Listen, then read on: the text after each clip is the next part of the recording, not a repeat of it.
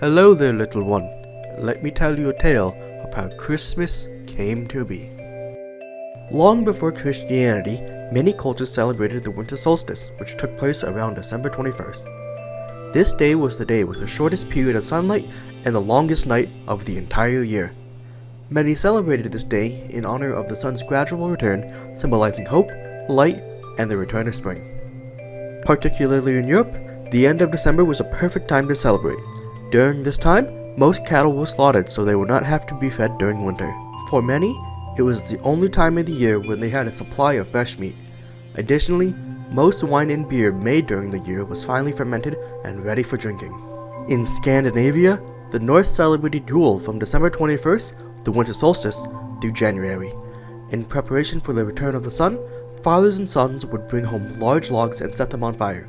People would feast until the logs burned out, which could take as many as 12 days.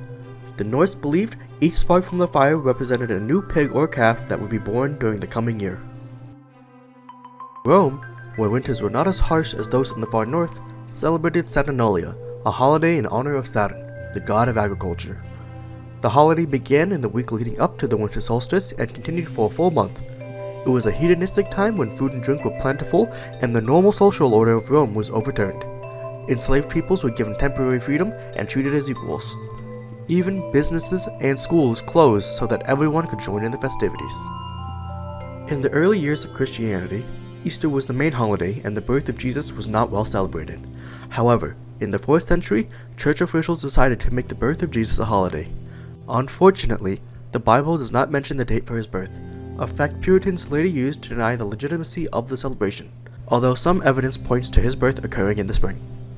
Around 350 CE, Pope Julius I chose December 25th as the date for Jesus' birth. By holding Christmas at the same time as traditional winter solstice festivals, such as the Norse Yule or the Roman Saturnalia, church leaders increased the chance of Christmas being embraced by locals. By the Middle Ages, Christianity had replaced most pagan religions. Medieval Christmas was a rowdy and festive affair with a drunken, carnival-like atmosphere similar to today's Mardi Gras. Each year, a beggar or student would be crowned the Lord of Misrule, and eager celebrants became his subjects. The poor would go to the houses of the rich and demand the best food and drink. If the owners refused, the visitors most likely terrorized them with mischief. However, the Protestant Reformation in the early 16th century changed the way Christmas was celebrated. In 1645, after the English Civil War, and yes, the English did have their own civil war, Oliver Cromwell and his Puritan forces took over England and banned Christmas in order to rid England of decadence. In 1660, King Charles II returned to England and restored the throne. He also brought back with him the return of Christmas. In 1620, the Pilgrims, who were even more strict in their Puritan beliefs than Oliver Cromwell was, disallowed Christmas in Puritan New England. In fact, from 1659 to 1681, celebrating Christmas was outlawed in Boston, and anyone exhibiting the Christmas spirit was fined 5 shillings. Other settlements in colonial North America still celebrated Christmas, such as Jamestown in Virginia. However, after the American Revolution, English customs fell out of favor, including Christmas. Christmas wouldn't be declared a federal holiday until after the U.S. Civil War. In the United States, Christmas was not celebrated with much zeal until after the Civil War, which reinforced for many the importance of home and family. On June 28, 1870, President Ulysses S. Grant made Christmas a federal holiday. Meanwhile, as immigrants poured into the U.S. during the second half of the 19th century, they also brought with them their own holiday traditions.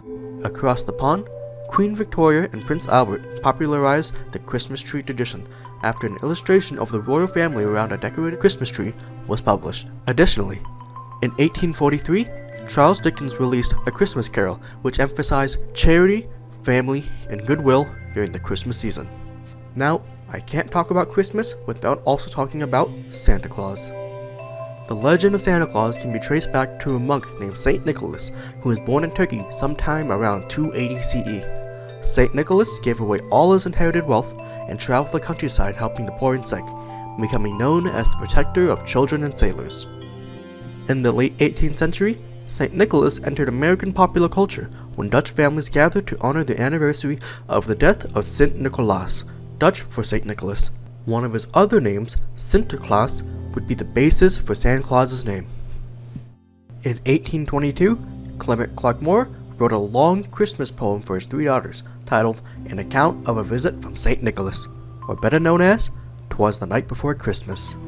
This poem solidified the modern image of Santa Claus as a portly, jolly old elf who traveled house to house on Christmas Eve in a miniature sleigh led by 8 flying reindeer to leave presents for good children. In 1881, political cartoonist Thomas Nast drew Moore's Santa Claus as a cartoon which appeared in Harper's Weekly. It depicted Santa as a large and cheerful man with a full white beard and a sack full of toys for good children. Nast gave Santa his iconic bright red suit trimmed with white fur, the North Pole Workshop, elves, and his wife, Mrs. Claus. And that was the story of how Christmas came to be. While it has changed and developed over the years, at its heart it remains a reminder that even the coldest and longest night of the year can also be the warmest and brightest. Now if you'll excuse me, I have work to do.